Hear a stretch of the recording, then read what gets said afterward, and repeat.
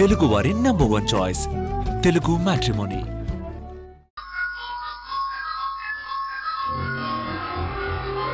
పిల్ల శిశీంద్రియులు, మీరు నాతో ఏం చెప్పారే? మీరు మీ అమ్మ కలిసే కదా బయటికి వెళ్తామని చెప్పారు. అవును జేజీ. మరి మీ నాన్నతో కలిసి ఎందుకెళ్లారు? అంటే జేజీ, యాక్చువల్గా ఏం జరిగిందంటే నేను రిషి అమ్మ బయలుదేరాం. ఇంతలో నాన్న వచ్చి మాతో జాయిన్ అయ్యారు. ఎలాగో నాన్న కలిశారు కదా అని నలుగురం కలిసి వెళ్ళాం.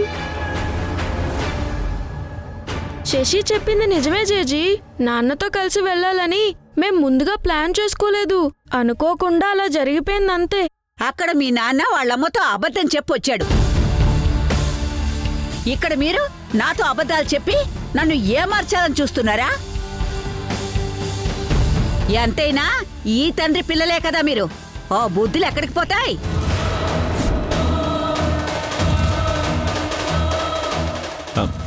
అది అది అలా మందలించమ్మా, అప్పుడు గాని దారిలోకి రారు. ఏంటి సింధు మీరు చేసింది? నాకైతే నచ్చలేదు. మా అమ్మ ఒక్క మాట అంది అంటే దానికి కట్టుబడి ఉండాలి కదా. మా అమ్మ గీసిన గీత దాటి పిల్లల్ని తీసుకుని మీ ఆయనతో కలిసి పొలం గట్ల వెంబడి తిరిగొస్తారా? ఎందుకు సింధు మీరంతా కలిసి మా అమ్మని ఇలా బాధ పెడుతున్నారు?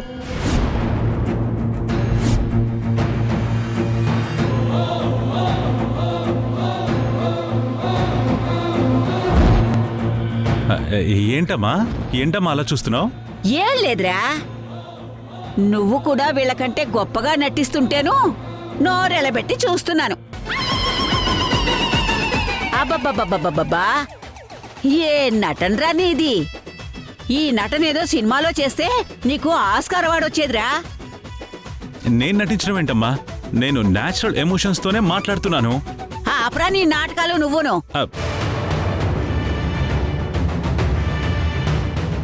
నాకేం తెలీదనుకుంటున్నావా? యశ్ వచ్చిన దగ్గర నుంచి నేనందర్నీ ఒక్కంట గమనిస్తూనే ఉన్నాను. రాత్రి దోమలు కుట్టి నీ కొడుకు నిద్ర పట్టక అవస్థలు పడుతూ ఉంటే అది చూసిన నువ్వు బాధపడిపోయి జాలి పడిపోయి హడావిడిగా దోమల కాయలు వెతికి మరీ తీసుకొచ్చి వెలిగించి ఇక్కడ పెట్టలేదా?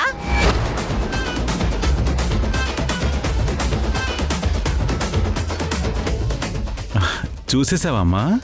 చూశారా? నీకంటే ముందు ఈ పిల్ల పిడుగులు కూడా వీళ్ళ నాన్న భోజనం చేయలేదని ఆకలితో పడుకున్నాడని దొంగచాటుగా భోజనం తీసుకువెళ్ళి దగ్గరుండి వీళ్ళ నాన్నకి తినిపించారు. వీడేం తక్కువ తినలేదు, వీడు కూడా పిల్లలకి తినిపించాడు. పొద్దున్నే సబ్బు కూడా ఇచ్చారు వీళ్ళ నాన్నకి. ఇకపోతే ఈ సింధునేమో నాకు తెలియకుండా పిల్లలకి సహాయం చేయడం నేను చూస్తూనే ఉన్నాను. బావుందిరా, చాలా బావుంది. ఏంటి సింధు ఇదన్నమాట? మీరు నా మాటకిచ్చే విలువ గౌరవం. ఒరే చంద్ర, నీ పెళ్ళానికే అనుకున్నాను, నీ కూడా నా మాట అంటే లెక్కలేదురా. నువ్వే కాదురా, నీ కొడుకు కోడలు మనవడు మనవరాలు అందరూ కలిసి నన్నే మోసం చేశారు కదరా.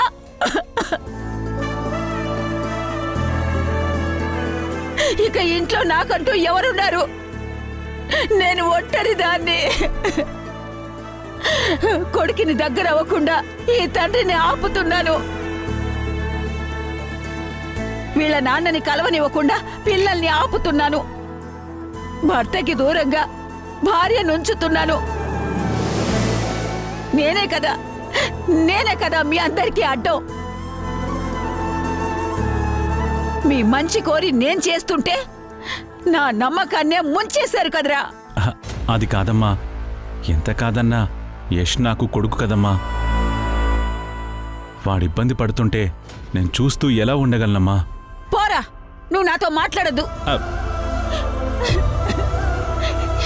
ఏడవకమ్మా. ఎందుకు భాగ్యం ఇంత ఓవరాక్షన్ చేస్తున్నావు? ఇప్పుడేం జరిగిందని ఓ తెగ ఏడుస్తున్నావు? ఇంకేం జరగాలి? నా ముందే మీరంతా నాటకాలు ఆడుతుంటే నాకెలా ఉంటుంది చెప్పు? మేమేనా నాటకాలు ఆడింది? నువ్వు నాటకం ఆడలేదా?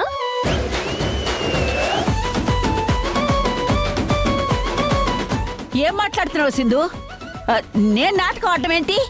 రోజు నువ్వు మన 6గురికి సరిపడా అన్నమే కదా ఉండేది. అవును. మరి రాత్రెందుకు?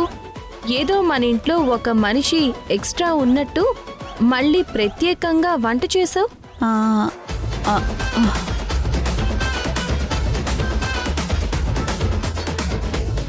నీ మనవడు అన్నం తినలేదని నీకు తెలుసు కదా, అప్పటికప్పుడు హడావిడిగా వంట చేసి యష్కి ఇష్టమైన కూరలన్నీ చేసి పెట్టావు.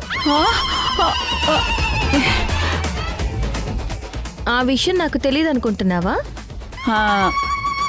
అంటే సింధు, ఉమ్, మనందరం తిని పాపం వీడొక్కడే తినకపోతే బాగుండదు కదా, అందుకని.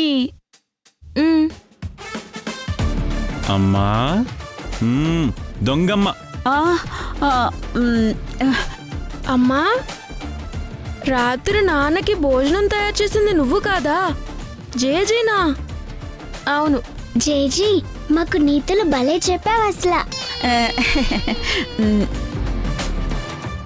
అంతేకాదు మావయ్య, మనం రాత్రి దోమల కాయిర్ వెతికినప్పుడు మొదట కనపడకుండా రెండోసారి ఎలా కనపడిందనుకుంటున్నారు? ఎలా ఎలా సింధు? ఆ ప్లేస్లో ఎవరు పెట్టారనుకుంటున్నారు? ఎవరు? ఇంకెవరు, మీ అమ్మ భాగ్యం గారు. ఇది కూడా తెలిసిపోయిందా? పొద్దున్నే మీ అబ్బాయి స్నానం చేయడానికి ఇబ్బంది పడతాడని ఎప్పటినుంచో పాడైపోయిన పంప్ హౌస్ మోటార్ని వెంటనే బాగు చేయించింది ఈ మనవడి గారి బామ్మగారే.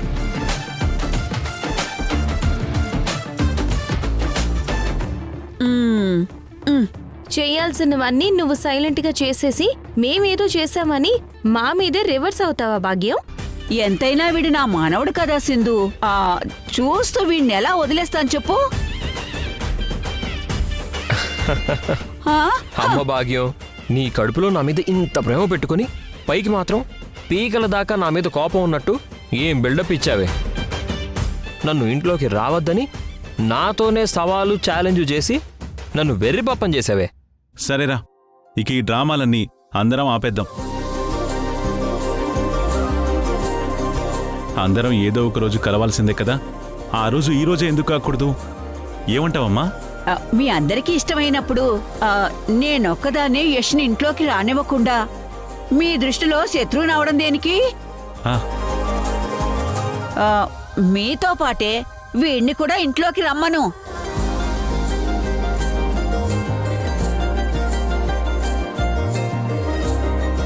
జేజీ ఒప్పుకుంది కదా, మనం నాన్న లగేజ్ తీసుకెళ్దాం పదా. పదా. రా నాన్న. రా నాన్న, వెళ్దామా? ఆగండి రా, ఆగండి.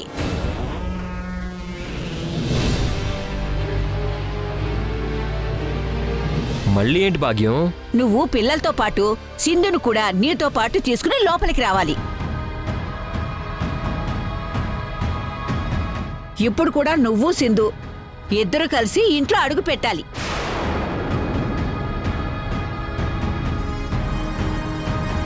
లేదంటే పాత మాటే. నువ్వు తిరిగి వెళ్ళిపో.